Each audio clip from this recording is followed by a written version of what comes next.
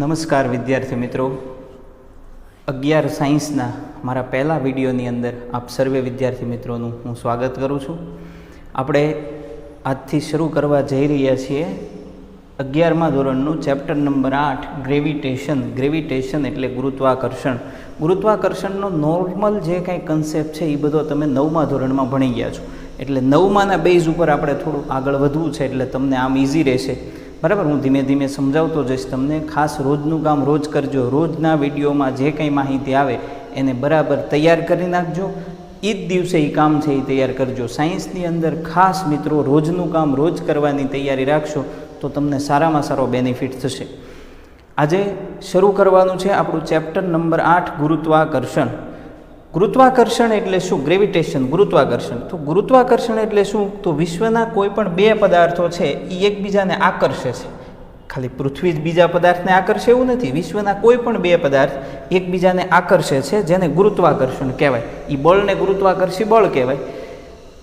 આ જે ઘટના છે એમાં શરૂઆતમાં આપણે આજે થોડોક એનો ઇતિહાસ જાણવાનો છે કે ગ્રેવિટેશનના સંશોધનો કેવી રીતે થયા, કયા કયા વૈજ્ઞાનિકો એની અંદર આવે છે અને કેવી રીતે સંશોધનો કરે છે. આજે હું બધી નોર્મલ માહિતી તમને આપવાનો છું, ખાલી તમે સાંભળજો, એને યાદ રાખવા પ્રયત્ન કરજો. બીજું એમાં ખાસ કંઈ છે નહીં. ઓકે, ગુરુત્વાકર્ષણ શબ્દ જ્યારે તમારા મગજની અંદર આવે મિત્રો, એટલે પહેલો તમારા મગજમાં એક ફોટોગ્રાફ આવે. અને ફોટોગ્રાફ છે હું અહીંયા દેખાડું છું. લગભગ બધા સ્ટુડન્ટના માઇન્ડમાં આ ફોટો આવ્યો છે. એની ફોટો છે એ આ ફોટો છે કે ભાઈ ન્યૂટન નામનો વૈજ્ઞાનિક છે એ જમીન ઉપર બેઠો હોય છે અને ઉપરથી સફરજન છે એ પડે છે, અને સફરજન પડે છે એને આધારે ગુરુત્વાકર્ષણ બળની શોધ થાય છે. આવું આપણે ભણી ગયા છે. એટલે આપણા માઇન્ડમાં સૌ પ્રથમ આ ફોટો આવે, અને એ ફોટો છે એ સર આઇઝેક ન્યૂટનનો છે.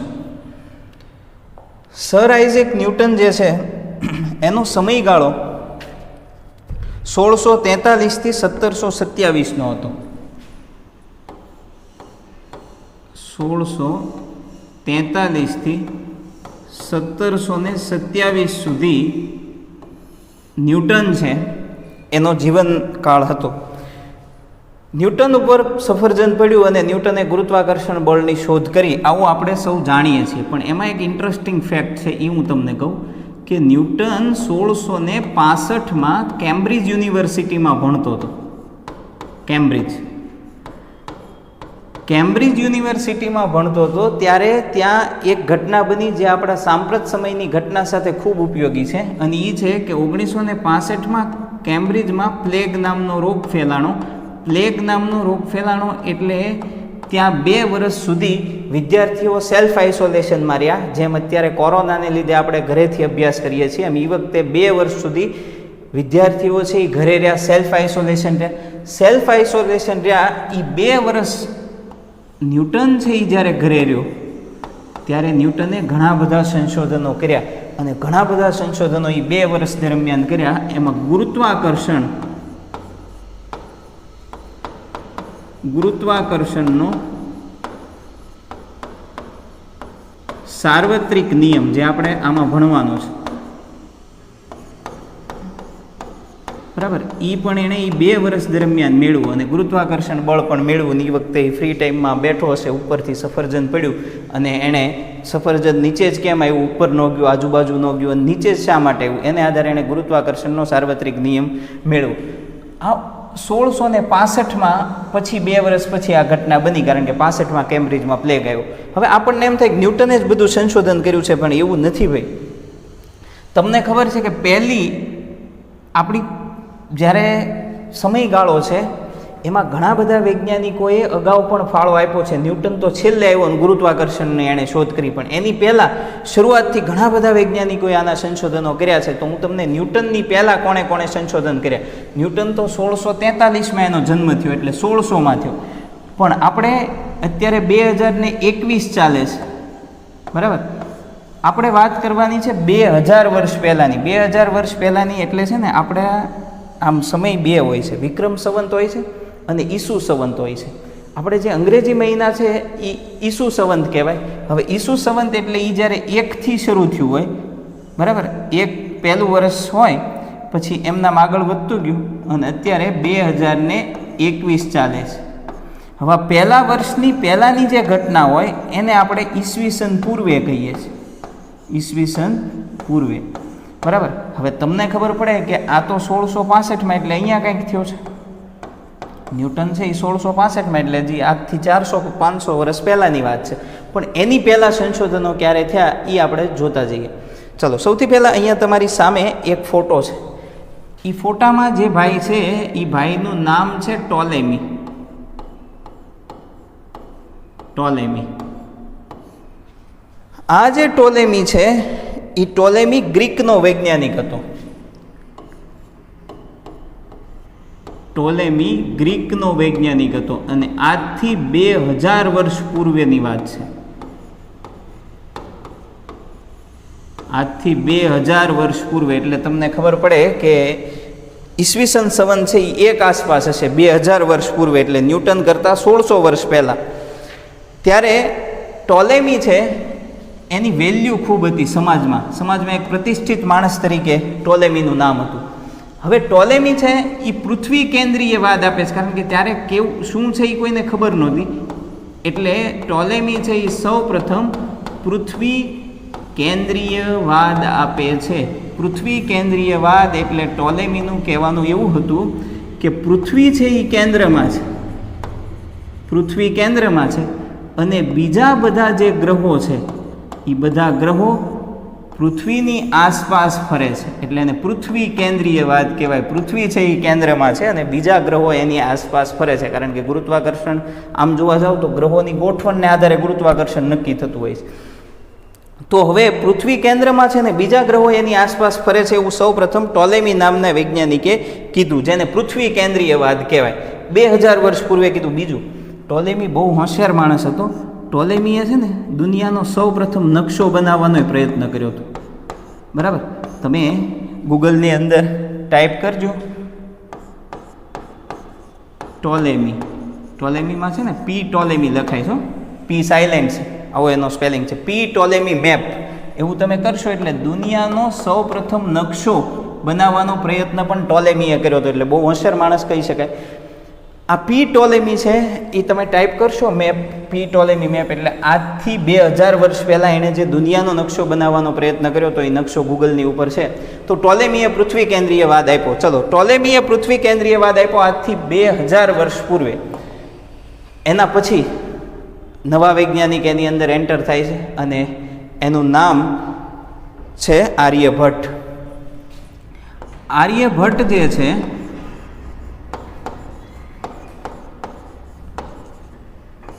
આર્યભટ્ટ જે છે એ 5મી સદીમાં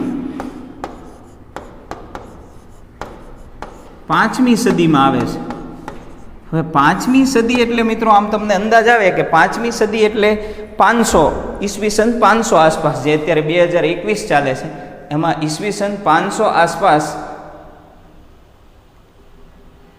ઈસવીસન 500 આસપાસ આર્યભટ્ટ આવે છે.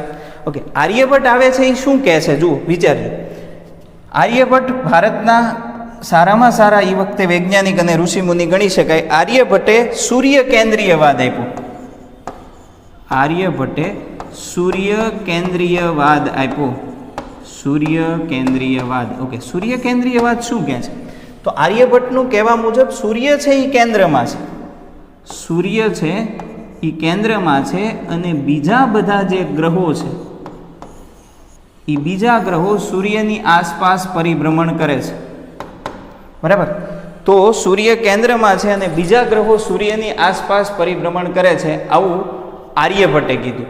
તો આર્યભટ્ટે તમને ખબર પડે કે ટોલેમી કરતાં ઊંધું કીધું. ટોલેમીએ કીધું પૃથ્વી કેન્દ્રમાં છે ને બધા ફરે છે. આર્યભટ્ટે એવું કીધું કે સૂર્ય કેન્દ્રમાં છે ને બધા ગ્રહો ફરે છે. તો ઇન્ટરેસ્ટિંગ ફેક્ટ આ વસ્તુ છે કે સાચું શું હશે? ઓકે, આર્યભટ્ટ બીજું, આર્યભટ્ટ એક મહાન વૈજ્ઞાનિક હતા. એણે પાઈની કિંમત મેળવવાનો પણ પ્રયત્ન કર્યો. આમ આપણે ગુરુત્વાકર્ષણ સાથે આની કાંઈ લેવા દેવા નથી, પણ તમને કહી દઉં, પાઈની કિંમત મેળવવાનો પ્રયોગ કર્યો. મેં અહીંયા એક શ્લોક લખ્યો છે. આ જે શ્લોક છે એ આર્યભટ્ટે આપેલો છે અને એ શ્લોક ઉપરથી પાઈની કિંમત, આ જે કીધું એ પ્રમાણે તમે કરો એટલે પાઈની કિંમત છે એ 3.14 આવે. હવે તમે વિચારો કે આજથી 1500 વર્ષ પહેલાં એટલે કે 5મી સદીમાં આર્યભટ્ટે આ શ્લોક દ્વારા પાઈની કિંમત છે એ નક્કી કરી હતી. પણ આપણે એ પાઈને અત્યારે ભણવાનો નથી. આપણે એ જોવાનું છે કે 5મી સદીમાં આર્યભટ્ટ આવે છે અને સૂર્ય કેન્દ્રીયવાદ આપે છે. સૂર્ય કેન્દ્રમાં છે ને બધા ગ્રહો ફરતે ફરે છે. એની પહેલાં ટોલેમી આવી ગયો છે અને પૃથ્વી કેન્દ્રમાં છે બધા ગ્રહો ફરે છે. આર્યભટ્ટ કહે છે કે સૂર્ય કેન્દ્રમાં છે ને બધા ગ્રહો ફરતે ફરે છે. ખાલી સમજતા જજો, બહુ કાંઈ ટેન્શન લેવાનું નથી. ઓકે, એના પછી એક વૈજ્ઞાનિક આવે છે અને એ વૈજ્ઞાનિકનું નામ છે, અહીંયા ફોટો તમારી સામે છે એ વૈજ્ઞાનિકનો, એ છે નિકોલસ કોપરનિકસ.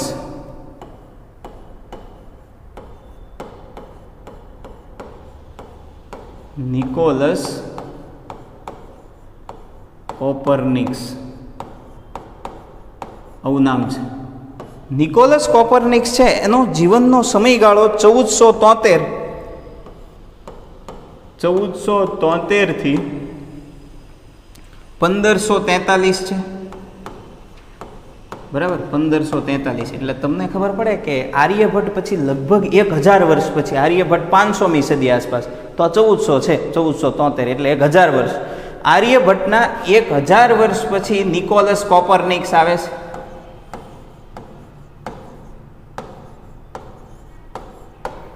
ઓકે, 1000 વર્ષ પછી નિકોલસ કોપરનિકસ આવે છે અને એ પણ આર્યભટ્ટના સિદ્ધાંતને સમર્થન આપે છે. એટલે આર્યભટ્ટની વાતને સાચી માને છે.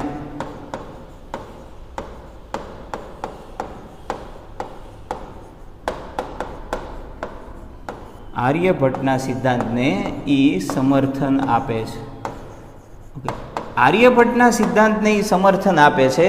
શું કહે છે? તો આર્યભટ્ટે જે કીધું એ જે કહે છે કે ભાઈ સૂર્ય કેન્દ્રમાં છે, સૂર્ય કેન્દ્રમાં છે અને બીજા બધા જે ગ્રહો છે એ સૂર્યની આસપાસ વર્તુળાકાર માર્ગે ફરે છે. એટલે સૂર્ય કેન્દ્રીયવાદ આપ્યો. તો ટોલેમીએ પૃથ્વી કેન્દ્રીયવાદ આપ્યો, આર્યભટ્ટે સૂર્ય કેન્દ્રીયવાદ આપ્યો. એના પછી નિકોલસ કોપરનિકસ આવ્યો, એણે પણ સૂર્ય કેન્દ્રીયવાદ આપ્યો. આર્યભટ્ટના સિદ્ધાંતને એણે સાચો ગણાવ્યો. પણ એ વખતે જે માન્ય સંસ્થાઓ હતી, કારણ કે છે ને આ બધી વસ્તુ કંઈક હું કહી દઉં કે આમ છે તો એ બધા દુનિયા માની ન લે. દુનિયામાં જુદી જુદી સંસ્થાઓ હોય, એ એને એપ્રુવલ કરે કે આ સાચું છે ખોટું છે. બરાબર, તો એ વખતે જે માન્ય સંસ્થાઓ હતી, એ માન્ય સંસ્થાઓએ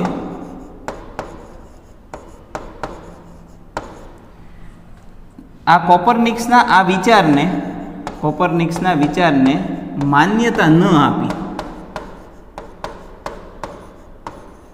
કયા વિચારને માન્યતા ન આપી? કે સૂર્ય કેન્દ્રમાં છે ને બધા ગ્રહો ફરતે ફરે છે. અને એ વખતની માન્ય સંસ્થાઓએ આ વિચારને માન્યતા ન આપી.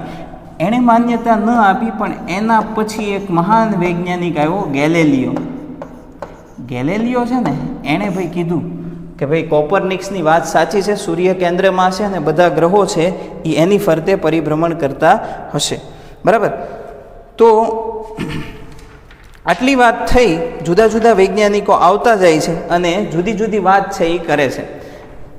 હવે જોઈએ આપણે કે નિકોલસ કોપરનિક્સ પછી કોણ આવે છે. તો નિકોલસ કોપરનિક્સ પછી અહીંયા મેં એક ફોટો બતાવ્યો છે.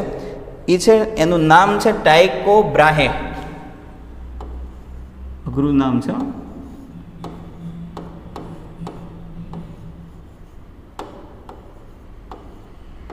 ચલો, ટાઇકો બ્રાહે જોઈ લેજો બરાબર. ટાઇકો બ્રાહેને કદાચ ક્યારેક રસ્તામાં મળે તો આપણે ઓળખી જવાનો છે કે આ ટાઇકો બ્રાહે છે. ઓકે, ટાઇકો બ્રાહે નામનો વૈજ્ઞાનિક સૌથી પહેલા આવે છે. સૌથી પહેલા એટલે નિકોલસ કોપરનિક્સ પછી. એનો જે સમયગાળો છે એ 1546 થી 1601 સુધીનો છે. 1546 થી 1601 સુધીનો એનો સમયગાળો છે. એણે પોતાના જીવન દરમિયાન ટાઇકો બ્રાહેએ શું કીધું? એણે પૃથ્વી કેન્દ્રીય વાત કે એવું કંઈ કીધું નહીં. પણ હવે છે ને એક ધ્યાન આપો કે ગેલેલિયોએ વાત કરી કે ભાઈ ગેલેલિયોએ કોપરનિક્સના વિચારને સમર્થન આપ્યું. એટલે એક ફિક્સ થઈ ગયું કે સૂર્ય કેન્દ્રમાં છે ને બધા ગ્રહો ફરતે ફરે છે, એ સાચું છે. બરાબર, પૃથ્વી કેન્દ્રીયવાદ ખોટો છે. પૃથ્વી કેન્દ્રીયવાદ ટોલેમી આપ્યો. અને ટોલેમી છે એ વખતે બહુ પ્રતિષ્ઠિત માણસ હતો, મેં તમને કીધું એમ. એટલે ટોલેમીએ શું કર્યું કે આ બધી માહિતી છે એ વખતના જે ધાર્મિક ગ્રંથો બનતા ને એની અંદર લખાવી દીધી. પૃથ્વી કેન્દ્રમાં છે ને બધા ગ્રહો ફરતે ફરે છે. ટોલેમીએ પોતાનો વિચાર એ વખતે જે ધાર્મિક ગ્રંથો લખાતા એની અંદર લખાયો. એટલે પછી ઘણા વર્ષ સુધી ધાર્મિક ગ્રંથોને માણસો વધારે માન્ય રાખે, એટલે ઘણા વર્ષો સુધી એનું એ ચાલ્યું.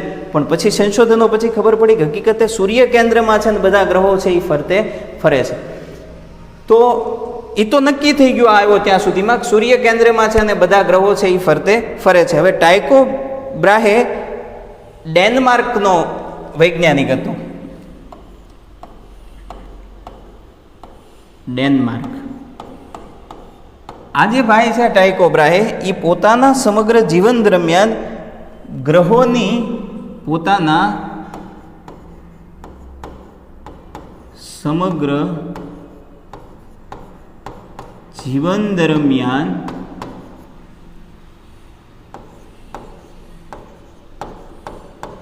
ગ્રહોની ગતિનો, ગ્રહો કેવી રીતે ફરે છે, ગ્રહોની ગતિનો નરી આંખે અભ્યાસ કરે છે. બરાબર.